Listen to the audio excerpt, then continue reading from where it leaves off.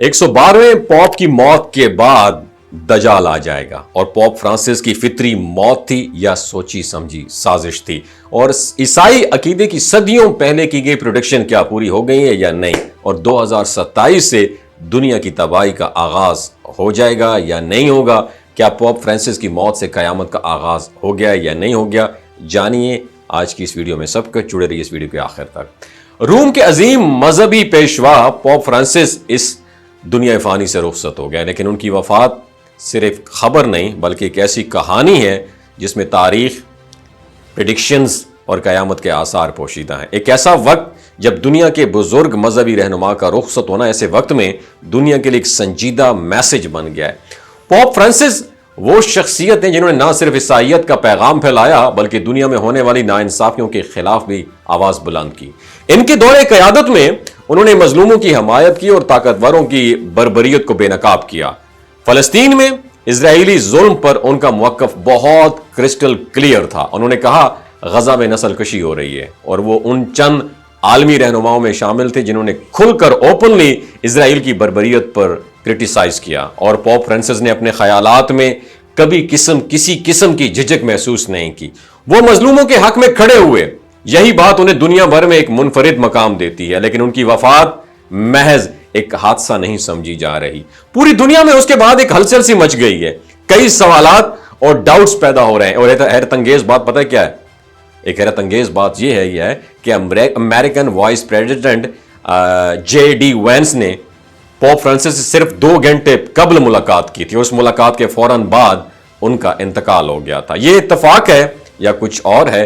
क्या यह वाकई किसी आलमी साजिश का हिस्सा हो सकता है? ये सवालात अब लोगों के जहनों में सर्कुलेट कर रहे हैं। उसके अलावा इस वाक़े को एक कदीम प्रेडिक्शन से भी कनेक्ट किया जा रहा है जो 12वीं सदी में सेंट मेलिकी ने की थी। इस प्रेडिक्शन में कहा गया था कि दुनिया में सिर्फ कितने पॉप आएंगे? 112 पॉप आएंगे, और आखिरी पॉप के बाद दुनिया इंतशार, अफरा तफरी और तबाही का शिकार हो जाएगी। और दिलचस्प बात पता है क्या है?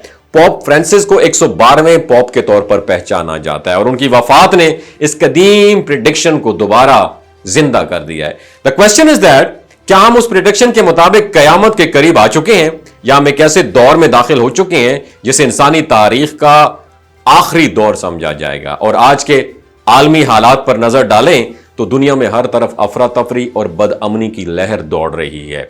मशरिक़ वुस्ता की जंगें खत्म होने का नाम ही नहीं ले रही हैं। ईरान और इजराइल के दरमियान कशीदगी अपनी पीक पर है।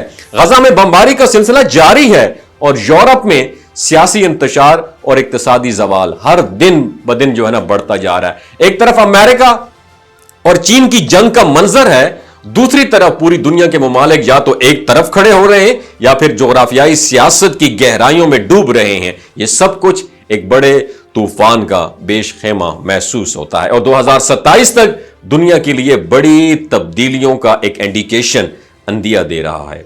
माहिरीन का कहना है कि उस वक्त तक आलमी मईशत जमीन बोस हो सकती है, ताकतवर ममालिक आपस में टकरा सकते हैं, यूरोप के इत्तेहाद में दरार आ सकती है, और रोम जैसे मुकद्दस शहर की तबाही भी मुमकिन है। ऐसी तब्दीलियां जो शायद इंसानियत को उसके आखिरी दौर की तरफ लेकर जा रही हैं। इस्लामिक पॉइंट ऑफ व्यू से भी अगर हम देखें तो कयामत की अलामात वाज़े तौर पर पूरी होती हुई दिखाई दे रही हैं।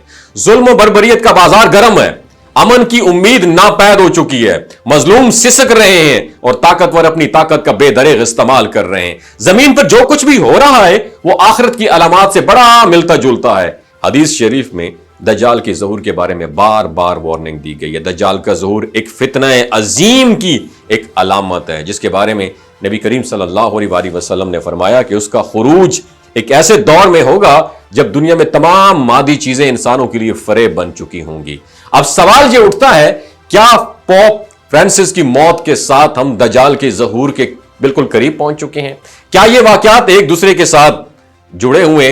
इस्लामी तालीमात के मुताबिक दज्जाल का ज़हूर इस बात का गमाज होगा कि दुनिया एक बहुत बड़े फितने में मुब्तला हो जाएगी, जिससे बचना हर मुसलमान पर फर्ज होगा। इसी दौरान दुनिया में सियासी, इक्तिसादी और समाजी अदम इस्तेहकाम की इंटेंसिटी बढ़ जाएगी, और इंसानियत एक ऐसे दौर में एंटर हो जाएगी जो हर लिहाज से कयामत के करीब तरीन अलामात होंगी, जिसमें सिर्फ यही नहीं, जो कुछ इजराइल जुल्म जबर से बैतुल मक़दस में कर रहा है और इबादत की शुरुआत की है उसने, उससे दज्जाल की आमद और ज्यादा करीब लगती है। और यह सिर्फ एक इंसान की मौत नहीं है, یہ شاید ایک نئے دور کا آغاز ہے، ایک ایسا دور جو ہمیں یا تو مکمل تباہی کی طرف لے کر جائے گا یا پھر انسانیت کو بیدار کر کے ایک نئی لرننگ دے گا۔ لیکن اس وقت کی حقیقت یہی ہے کہ دنیا خاموشی سے بڑے طوفان کے دہانے پر اس وقت کھڑی ہے، اور آنے والا وقت شاید بہت کچھ بدل کے رکھ دے گا۔ آپ اس بارے میں کیا رائے رکھتے ہیں؟ کامنٹ سیکشن میں ضرور بتائیے گا۔ اپنا بہت خیال رکھیے گا۔ پاکستان زندہ باد، اسلام زندہ باد۔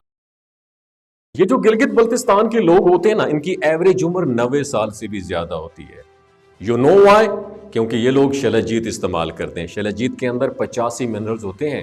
اگر آپ چیزوں کو جلدی بھول جاتے ہیں، مردانہ کمزوری محسوس کرتے ہیں، اولاد جیسی نعمت سے محروم ہیں، اور آپ سپرم کاؤنٹ آپ کے کم ہیں، ٹیسٹوسٹیرون ہارمون امبیلنس ہے، آپ سدا بہار جوان نظر آنا چاہتے ہیں، خون کی کمی کو دور کرنا چاہتے ہیں، ہڈیوں جوڑوں کے دردوں سے نجات حاصل کرنا چاہتے ہیں، موٹاپا کم کرنا چاہتے ہیں، تو ڈاکٹر اسد محمود کی پیور اینڈ نیچرل شلجیت ضرور استعمال کریں۔ ایک بات آپ نے دماغ کی کھڑکیوں کو کھول کے آپ نے سننی ہے، ہمیشہ آرگینک اور قدرتی چیزوں کا استعمال کریں، کیمیکل والے فوڈ سپلیمنٹ خدارہ استعمال نہیں کرنے۔ اگر آپ ڈاکٹر اسد محمود کی پیور اینڈ نیچرل شلجیت کو آرڈر کرنا چاہتے ہیں، نیچے دیے گئے نمبر پر واٹس ایپ کریں۔ 3 باتوں کا خیال رکھنا ہے: ہائی بلڈ پریشر میں مبتلا افراد، خواتین جو پریگننٹ ہیں، اور 15 سے 20 سال کی جو نوجوان نسل ہے جو غیر شادی شدہ ہیں، اپنے سیکشول پاور کو بوسٹ کرنے کے لیے استعمال کرنا چاہتے ہیں، تو ڈاکٹر کی ایڈوائس کے بغیر استعمال نہ کریں۔ باقی سارے لوگ بے دھڑک گرمی اور سردیوں میں استعمال کر سکتے ہیں۔ اپنا بہت خیال رکھیے گا۔ اللہ حافظ۔